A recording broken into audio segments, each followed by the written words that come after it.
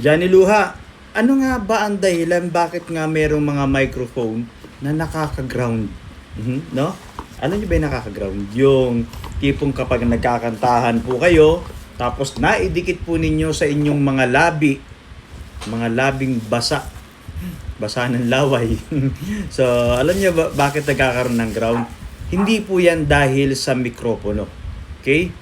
Maraming factor or marami pong dahilan bakit nagkakaroon ng ground ang mic. Yan po ay sa mga ginagamit nating unit, hindi po sa mic. Ang microphone po ay dinadaluyan lamang or ginagapangan or dinadaluyan lamang po ng signal.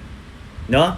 Isa po sa mga dahilan bakit nagkakaroon ng ground ang microphone. Dahil po may sira po ang amplifier or merong hindi proper grounding, no? So ganito, bisan kapag kumakanta tayo at wala tong halimbawa wala tong foam, 'di ba? Bisan nagugulat ka, ay, parang may ground, parang may nangingiliti, may nangangagat, sabi ng iba, no? Kaya ang gagawin ng iba, kukuha ng panyo, ipapatong dito habang nagkakantahan kahit may ground, no? So, isa nga sa mga factor po niyan, yung ating mga amplifier. Baka naglalabas na po ng DC voltahe. No? Ano ba yung DC? Kuryente po yun. Pero hindi naman po ganun kalakas. Kaya yung nabalitaan natin dun sa isang vlogger nga na binawian ng buhay habang nagbi-videoke, marami pong haka-haka na. Ibig sabihin, marami na silang sinabi na baka ganito, baka ganyan. Actually, isa po sa mga reason, ano? So, yung baka may live wire na nahawakan, may live wire na natapakan, merong plug mismo or yung wire mismo ng unit ng videoke, baka may balat, no? Or lalo na nga po pagbasa kayo. Or sabihin na natin na tuyo pa ha, natuyo kayo, hindi pa kayo naliligo kasi nasa isang resort nga nangyari yon. Nakatapak naman kayo. So nakatapak kayo doon sa ground or doon sa tiles or doon sa earth or doon sa bato, sa lupa. Gano, kasi earth nga yung ground eh. So maraming kasing dahilan yan. Baka mamaya inopen yung videoke, may kinalikot doon, may nilalakasan siguro, may open wire, marami pong pwedeng ganun. Pero hindi po sapat yung kuryente na dikit ka lang dito, no? Na bila na lang kang babawian ng buhay. So, kung nangyari man yon, humina ang resistensya mo, kung sabihin natin DC volt lang yun o voltahe, nag-trigger, or ang isa sa reason, baka po sabi ng iba, oras niya na siguro. Lagi naman ganoon ang sinasabi ng tao, no? Kapag may nangyaring hindi maganda o pumanaw na, baka oras niya na. Laging ganoon na. Pero, isa sa mga reason nga doon, baka po nagkaroon ng heart failure or heart attack nung na-ground or nung nakahawak ng kuryente. Possible po. Pero wala namang final na balita tungkol doon, no? Isa lang po 'yun sa mga reason. So ganito, Johnny Luha. Bakit sabi ng iba naglalagay sila ng grounding? Paano ginagawa 'yon? Alam niyo ba yung grounding, yung amplifier natin, pag naglagay kayo ng grounding, kukuha po kayo ng isang wire. Isang wire, yung yung wire ng kuryente natin, yung mga ginagamit nating extension, no? Yung wire na magbabalat ka lang ng isa noon, no? Ididikit mo or itutornilyo mismo doon sa body, doon sa katawan mismo nung amplifier ninyo. Or doon sa unit ng videoke na basta may grounding po. Tapos nakadikit sa semento or sa lupa. Grounding para yung ground doon po pumupunta. Kung napapansin po ninyo, yung mga heater sa bahay natin, yung mga hot and cold, meron po yan clamp na bilog na may wire na nakahiwalay. Ground po yun. Grounding. Just in case po na mayroong problema or nagkaroon ng malfunction, yung pinakang ground na pupunta po sa earth or pupunta doon sa semento. May ganun po yun. Pansinin ninyo, pati mga washing machine ninyo, meron po yung grounding. At mismong sa main ng kuryente, may ground rod. Ground rod yun ha. Tapos mayroong nakabao sa lupa yung ground rod. Grounding yun. No? So, Johnny Luha, bakit naman yung ibang nagbibidyoke? Wala namang ground.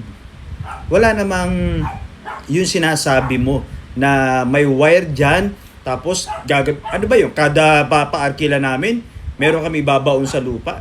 Di ba? Tama. No? Merong mga amplifier na wala namang ganun, wala namang ground. Wala namang tinatawag na na grounding, no? Kasi po, kaya po naglalabas yan, malamang may sira na pong piyesa or mahinang piyesa or meron pong grounded, no? Sabihin na natin na dun mismo sa either cable na ginamit ninyo, baka may sira na yan, or may mahina na pong piyesa. Kaya nga po, naglalabas na ng DC voltahe or kuryente. Isa po yun sa mga reason. Kaya po, sabi nila, yung ayoko ng mic na yan, nakaka-ground yan, no? Magpalit ka ng mic, no? Ang ipalit mo same sa unit or sabihin na may mga mic kasi na parang steel or yung alam niyo yung bakal or yung yung parang mga alloy na pwedeng gapangan ng kuryente. Pero yung halimbawa, yung mga ganito mga hindi naman siya plastic, no? Mismong ito lang yung mismong niya. Yung talagang steel niya, no? Na pwede po pag dinikit yung ganyan, may chance nga po kayong mag-ground. Kasi nga, itong mismong pinakandulo niyan ay nakakunik doon sa amplifier din or doon sa inyong mga ginagamit na unit. Halimbawa, videoke player, yung player mismo, baka may sira na rin. May mahinang piyesa na rin. Kaya naglalabas na rin po ng DC voltahe. Pero hindi po yun mismo sa microphone. Ang microphone po ay may content lang, meron lang pong ground, kung tawagin nga yan, na nakakunik doon sa pinakandulo ng tip, sa dulo nito, basta sa loob nitong na to. Pero, hindi po mismo si microphone na may problema ron. No? Dumadaloy nga lang po lamang yung pinaka-signal dito sa loob niya kaya kayo nakakuryente. So sabihin na natin, Danny Luha, nakaka-ground yan yung ginamit noon or yung mic namin. Saksak mo sa iba. Sa ibang amplifier na, halimbawa, bagong bili yan or wala talagang problema. Oh, ba't dito hindi kami nag-ground? Ibig sabihin, hindi po sa mic. Sa unit po. No? Kasi ito'y dinadaluyan lamang. No? Kumbaga sa alambre, kahit hawakan mo alambre, wala pong ground. Pero kapag kininik mo yan sa ganun, nagkakaroon may gumagapang na kuryente. So ganun po yun. No? So kaya yung mga nagpaparenta po ng videoke, yung mga unit po ninyo, kahit simpleng nasa loob lang kayo ng bahay, i-check nyo po yung mga cable, yung mga wire, yung mga plug, baka po mamaya nginat-ngat ng daga, or yung mga videoke player, yung binakang wire niyan, hindi nyo namamalayan, ginugulungan. Nagugulungan minsan, nababalatan. Or minsan, nahihila-hila. Hindi nyo alam, may konting katis na kung tawaging katis. No? Para sa gagamba, may katis. Na may balat ng konti. Yun po yung mga reason. No? So, ito yung, kung napapansin niyo itong hawak-hawak ko, no? Ito po yung microphone na ginagamit ko sa simbahan, sa live band, sa event, at kagaya nito, bumili na naman ako ng bago para dun sa aking videoke. So, kailangan ko kasi nga, lalo na pag nagpaparenta ka, kailangan mo ng ganito. No? So, Johnny Luha, saan mo ba nabili yan?